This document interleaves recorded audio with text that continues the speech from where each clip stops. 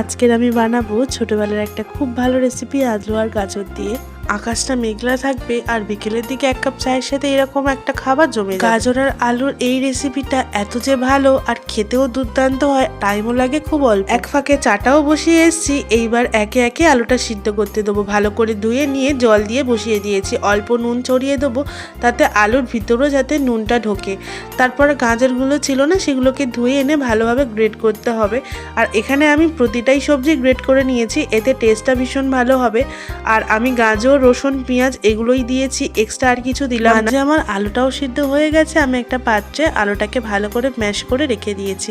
এতে পরিমাণ মতো ময়দা, সুজি, পেঁয়াজ সব কিছু দিয়ে দিলাম।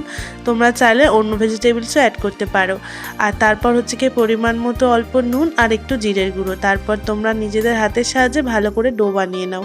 5-6 মিনিট রেখে দিয়ে তেল গরম হলেই আস্তে আস্তে হাতের সাহায্যে এরকম করে শেপ দিয়ে তেলে ছেড়ে দাও।